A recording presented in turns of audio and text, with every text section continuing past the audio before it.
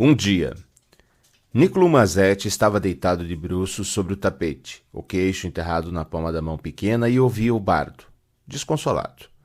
Percebia-se até o começo das lágrimas em seus olhos escuros, luxo a que só podia permitir uma criatura com 11 anos de idade quando se encontrava sozinho. O bardo disse: uma vez, no meio da floresta enorme, vivia um pobre lenhador com suas 2 filhas sem mãe, que eram tão belas quanto o dia longo. A filha mais velha tinha cabelos pretos e compridos, como a pena de uma asa de uma graúna, mas a filha mais nova tinha cabelos tão brilhantes e dourados como a luz do sol em tarde de outono. Muitas vezes, enquanto as meninas esperavam que o pai voltasse para casa, após trabalhar no mato, a filha mais velha sentava-se diante do espelho e cantava.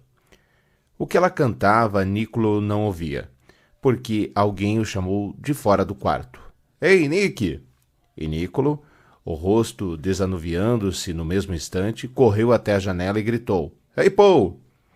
Paul Loeb acenou com a mão agitada. Era mais magro do que Niccolo e não tão alto, mesmo sendo 6 meses mais velho.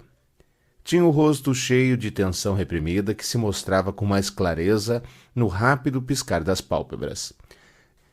«Ei, Nick! Quero entrar! Tenho uma ideia e metade. Espere só até ouvir!» Olhou rapidamente em volta, como a verificar a possibilidade de ouvintes furtivos, mas o quintal da frente estava evidentemente vazio. Repetiu então em cochicho: «Espere só até ouvir!» «Muito bem, já abro!» O bardo continuou suavemente, sem saber da perda de atenção por parte de Niccolo. Quando Paul entrou, o bardo estava dizendo: «Com o que leio, disse: se você encontrar para mim o ovo perdido da ave que voa sobre a montanha de ébano, uma vez a cada 10 anos eu...» Paul disse: «Você está ouvindo o bardo? Eu não sabia que você tinha um.» Niccolo se tornou rubro e a expressão de infelicidade regressou a seu semblante. «É só uma coisa velha que eu tinha quando eu era menino. Não está muito boa.» Desferiu um pontapé no bardo e acertou na cobertura de plástico, um tanto arranhada e descolorida. Um outro golpe. O bardo teve um soluço, como se a ligação do alto-falante fosse tirada do contato por um momento, e depois prosseguiu. «Por 1 ano e 1 dia, até que os sapatos de ferro se gastaram. A princesa parou do lado da estrada. Paul disse: «Rapaz, esse é mesmo um modelo antigo», e olhou para aquilo com expressão crítica. A despeito da própria amargura que Niccolo sentia contra o bardo, não lhe agradou o tom condescendente do outro. Sentia-se momentaneamente pesar por ter deixado Paul entrar, pelo menos antes de haver recolocado o bardo em seu lugar de descanso habitual no porão, só pelo desespero de um dia monótono e um debate infrutífero com o pai é que ele o fizera ressuscitar, e acabara verificando ser coisa tão estúpida quanto imaginara. Nick tinha um pouco de medo de Paul, já que fizera curso especial na escola e todos diziam que ele ia crescer e ser um engenheiro de computador. Não que o próprio Niccolo estivesse a sair mal na escola, recebera notas adequadas em lógica, manipulações binárias, computação e círculos elementares. Todas as disciplinas costumeiras da escola primária. Mas era exatamente isso. Não passava de disciplinas comuns e ele crescia para ser um guarda de painel de controle como todos os outros. Paul, todavia, conhecia coisas misteriosas sobre o que chamava eletrônica e matemática teórica e programação. Principalmente programação. Niccolo nem mesmo procurava compreender quando Paul falava sobre o assunto, parecendo borbulhar. Paul olhou para o bardo por alguns minutos e disse: «Você andou usando muito isso aí.» «Não», retorquiu Niccolo ofendido. «Tenho isso guardado no porão desde que você mudou para cá. Só tirei de lá hoje.» Faltava-lhe uma desculpa que parecesse adequada a si próprio, de modo que ele concluiu: «Acabei de tirar.» Paul perguntou: «É isso que ele lhe conta? Lenhadores e princesas e animais que falam?» Niccolo explicou: «Uma coisa horrível. Meu pai disse que não podemos comprar um novo. Eu falei com ele hoje de manhã. A recordação das súplicas inúteis que fizera de manhã levou Niccolo a aproximar-se muito das lágrimas, que reprimiu, tomado de pânico. De modo algum achava que as faces magras de Paul nunca haviam sentido a vergonha das lágrimas, e que Paul só poderia desdenhar outra pessoa menos forte que ele próprio. Nicolo prosseguiu. Por isso, achei que devia experimentar outra vez essa coisa velha, mas não vale nada. Paul desligou o bardo, apertou o contato que levava a reorientação e recombinação quase instantâneas do vocabulário, personagens, textos da trama e clímax ali guardados. Depois reativou. O bardo começou devagar. Uma vez havia um menino chamado Willikins, cuja mãe morrera e que havia um padrasto e o filho do padrasto. Embora o padrasto fosse um homem bem rico, negava ao pobre Willikins a própria cama em que dormia, de modo que Willikins era obrigado a descansar o melhor que podia em um monte de palha no estábulo perto dos cavalos. Cavalos? Gritou Paul. São uma espécie de animal, disse Nicolo. Acho que são. Eu sei disso. Agora imagine só, história sobre cavalos. Ele fala sobre cavalos o tempo todo, explicou Nicolo. Existem também coisas chamadas vacas. Você tira leite delas e o bardo não diz como. Bem, poxa vida. Por que você não conserta isso? Gostaria de saber como. O bardo estava dizendo. Muitas vezes Willikins pensava que se fosse rico e poderoso, haveria de mostrar ao padrasto e ao filho do padrasto o que significava ser cruel com o menino pequeno. De modo que um dia resolveu sair para o mundo e procurar sua sorte. Paul, que não ouviu o bardo, disse. É fácil. O bardo tem cilindros de memória preparados para as palavras da trama e o clímax e as coisas. Não vamos nos preocupar com isso. É só o vocabulário que devemos consertar, de modo que ele vai saber acerca de computadores, automatização eletrônica e as coisas reais que temos hoje. Depois pode contar histórias interessantes, você sabe, em vez de falar sobre princesas e essas coisas. Animado, Nicolo disse, oxalá a gente pudesse fazer isso. Paul disse, escuta, meu pai disse que se eu entrar na Escola Espacial de Computação no ano que vem, ele vai me dar um bardo de verdade. Um modelo novo, bem grande, com ligação para histórias de mistérios do espaço. E uma ligação visual também. Quer dizer que você vai ver as histórias? Claro! O Sr. Dalgert na escola diz que elas têm essas coisas assim agora, mas não são para todos. Só se eu entrar na escola de computação. O papai pode arranjar umas coisas. Os olhos de Nicolo transbordavam de inveja. Puxa vida, ver uma história! Você pode ir lá em casa e assistir a qualquer momento, Nick. Puxa vida, rapaz! Obrigado! De nada, mas lembre-se de uma coisa. Sou eu quem diz que tipo de histórias vamos ouvir. Claro, claro! Nicolo teria concordado prontamente, mesmo sob condições mais severas. A atenção de Paul se voltou para o bardo, que dizia... Se é assim, disse o rei, confiando a barba e fechando a cara até que as nuvens cobriram o céu e o relâmpago riscou o ar. Você vai providenciar para que toda a minha terra fique livre das moscas e da hora depois da manhã ou... Tudo o que temos que fazer, disse Paul, é abrir. E desligou novamente o bardo, já procurando tirar o painel da frente enquanto falava. Ei! Interveio Nicolo, alarmado de súbito. Não vai quebrar. Não vou quebrar, disse Paul, com impaciência. Eu sei tudo sobre essas coisas. E logo, com mais cautela, perguntou. Seu pai e sua mãe estão em casa? Não. Muito bem, então. Já tiraram o painel dianteiro e olhava para o interior. Rapaz, isto é coisa de um cilindro. Já trabalhava nas entranhas do bardo. Nicolo, que observava em suspense, penoso, não conseguia enxergar o que o outro fazia. Paul tirou de lá uma faixa fina e flexível de metal coberta de pontos. Este é o cilindro de memória do bardo. Aposto que a capacidade de histórias dele tem menos de 1 trilhão. O que você vai fazer, Paul? Perguntou Nicolo, trêmulo. Vou dar-lhe vocabulário. Como? É fácil. Tem um livro aqui que o Sr. Dalgert me deu na escola. Paul tirou o livro do bolso e retirou a tampa de plástico, desenrolou a fita um pouco, passou-a pelo vocalizador, que abaixou até tornar um murmúrio e depois o colocou dentro das entranhas do bardo. E fez outras ligações. O que você vai fazer? O livro vai falar e o bardo guardará tudo na fita de memória. E de que serve? Rapaz, você é burro! Meu livro é todo sobre computadores e automatização e o bardo ficará com toda essa informação. Depois... vai poder parar de falar sobre reis que criam relâmpagos quando fecham a cara. Nicolo disse, e o bom sujeito sempre vence, seja lá como for, não tem graça nenhuma. Ah, bem, disse Paul, observando para ver se o seu arranjo estava funcionando corretamente. É assim que eles fazem, os bardos. Eles precisam fazer os bons camaradas vencerem, os maus camaradas perderem, coisas desse tipo. Uma vez ouvi meu pai falando sobre o assunto. Ele diz que sem a censura não se podia dizer o que a geração mais jovem seria capaz de tornar-se. Ele diz que a coisa já anda muito ruim. Pronto, está funcionando muito bem. Paul esfregou as mãos uma na outra e afastou-se do bardo, dizendo: Mas escute, eu ainda não lhe contei como é a minha ideia. É a melhor coisa que você já ouviu, pode crer. Vim falar com você porque achei que você devia entrar nela comigo. Com certeza, Paul, com certeza. Muito bem. Você conhece o Sr. Dalguert na escola?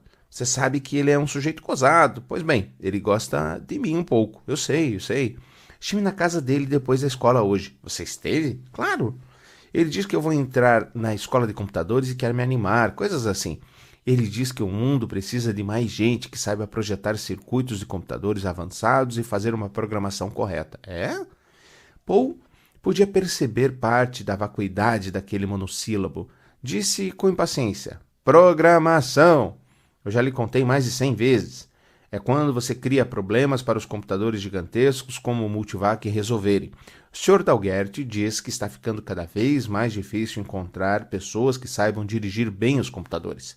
Ele diz que qualquer pessoa pode ficar de olho nos controles e verificar as respostas e processar os problemas de rotina. Diz que o truque é expandir as pesquisas e calcular modos de fazer as perguntas certas, e que isso é difícil. Ele prosseguiu então. De qualquer modo, Nick, ele me levou até a casa dele e me mostrou a coleção de computadores antigos. É uma espécie de passatempo dele, colecionar computadores antigos. Tinha computadores tão pequenos que era preciso apertar com a mão, com o botãozinho por cima. E tinha um pedaço de madeira que chamava de régua de calcular, com pedacinhos lá dentro que corria para lá e para cá, e alguns fios com bolas. Tinha até um pedaço de papel com uma espécie de coisa que chamava tabela de multiplicação. Nicolo, que só se interessava moderadamente pelo assunto, perguntou: Uma tabela de papel?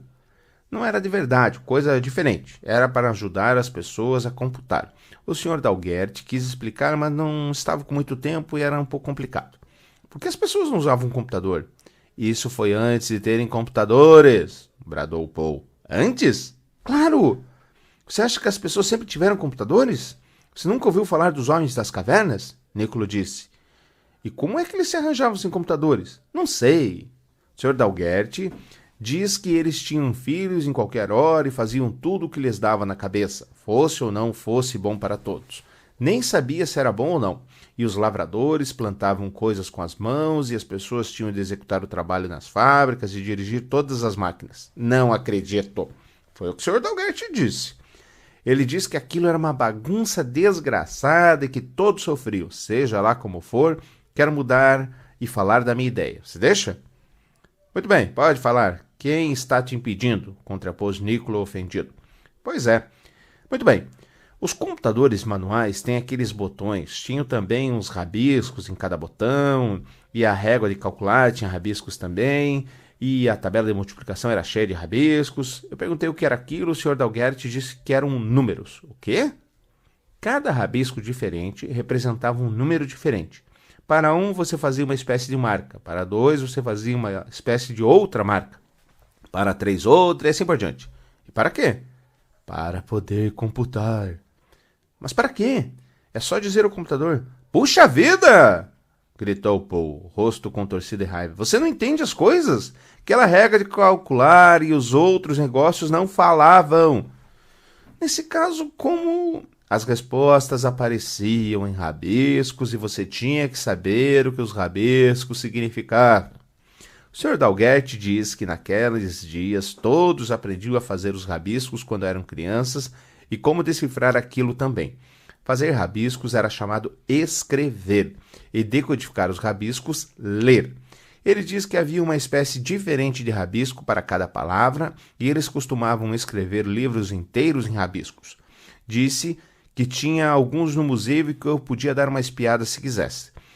Disse que eu vou ser um calculista e um programador de verdade. Tenho que conhecer a história da computação e por isso estava me mostrando aquelas coisas. Nicolo fechou a cara e disse: Você quer dizer que todos tinham de decifrar os rabiscos para cada palavra e lembrar deles? Isso é verdade ou você está inventando? É tudo verdade, pode crer. Escute, é assim que se faz um.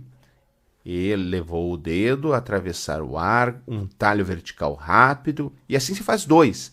E assim é 3. Aprendi todos os números até 9. Nicolo observava aquele dedo que fazia a curva sem entender. E de que adianta isso?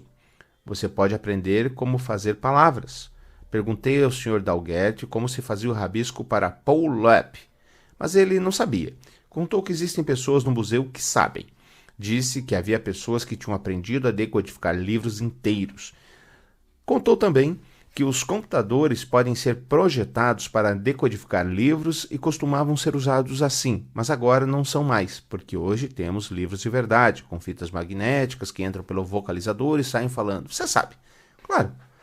Por isso, se nós formos ao museu, podemos aprender como fazer palavras em rabiscos. Eles vão deixar porque eu vou para a escola de computadores. Nicolo estava transfigurado de decepção. A sua ideia é essa? Ora bolas, Paul! Quem quer fazer isso? Fazer rabiscos estúpidos? Você não entendeu. Você não entendeu? Seu burro! Vai ser um feito de escrever mensagens secretas. O quê? Pois é. De que adianta falar quando todo mundo pode entender? Com os rabiscos, você pode mandar mensagens secretas. Pode fazer os rabiscos no papel e ninguém deste mundo vai saber o que está dizendo, a não ser que conheça os rabiscos também. E eles não vão conhecer, pode crer, a menos que a gente ensine. Podemos ter um clube de verdade, com iniciação, regras, uma casa. Rapaz!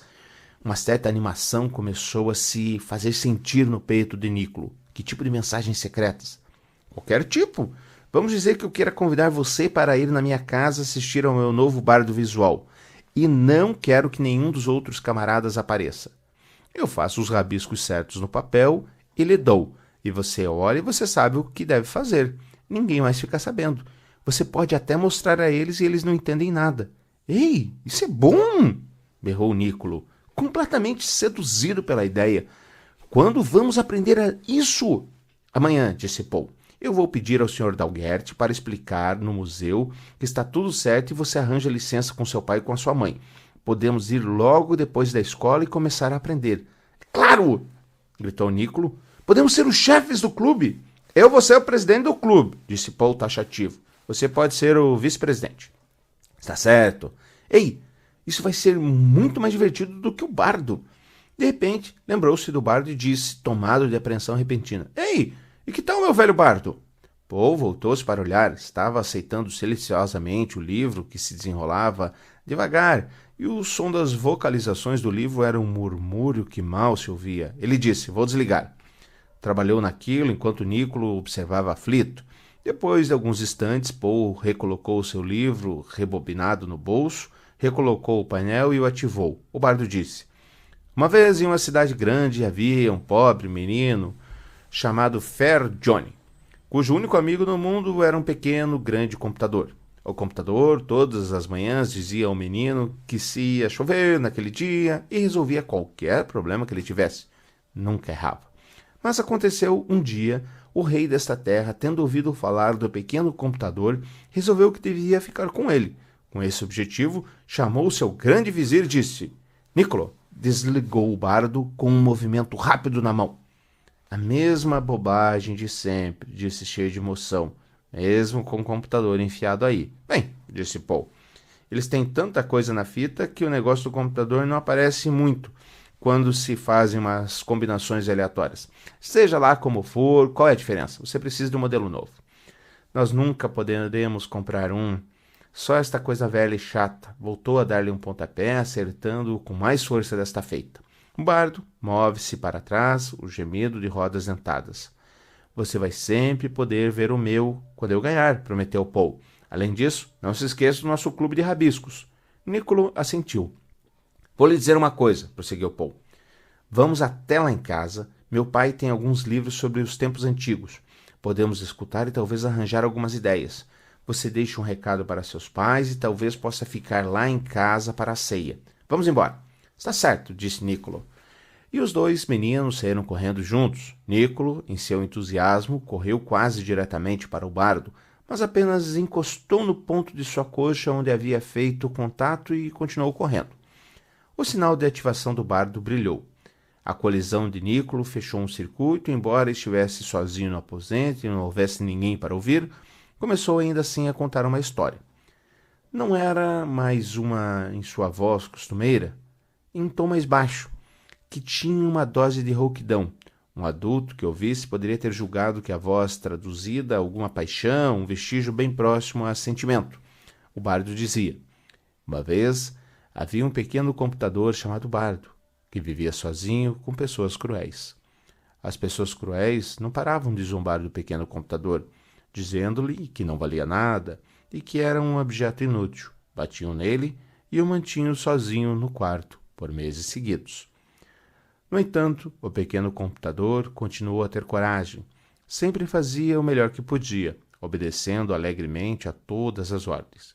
Ainda assim, as pessoas cruéis com quem ele vivia continuavam cruéis e sem coração. Um dia, o pequeno computador ficou sabendo que no mundo existiam muitos computadores de todos os tipos, em grande número. Alguns eram bardos, como ele próprio. Outros dirigiam fábricas e alguns dirigiam fazendas. Alguns organizavam a população e outros analisavam todos os tipos de dados. Muitos eram de grande poder e sabedoria, muito mais poderosos e sábios do que pessoas cruéis, que eram tão cruéis como o pequeno computador. E o pequeno computador ficou sabendo então que os computadores iriam tornar-se cada vez mais sábios e mais poderosos até que um dia, uma válvula devia finalmente ter entrado em colapso nas entranhas idosas e corroídas do bardo, pois, quando esperava sozinho no aposento que escurecia, só podia murmurar repetidamente: um dia, um dia, um dia.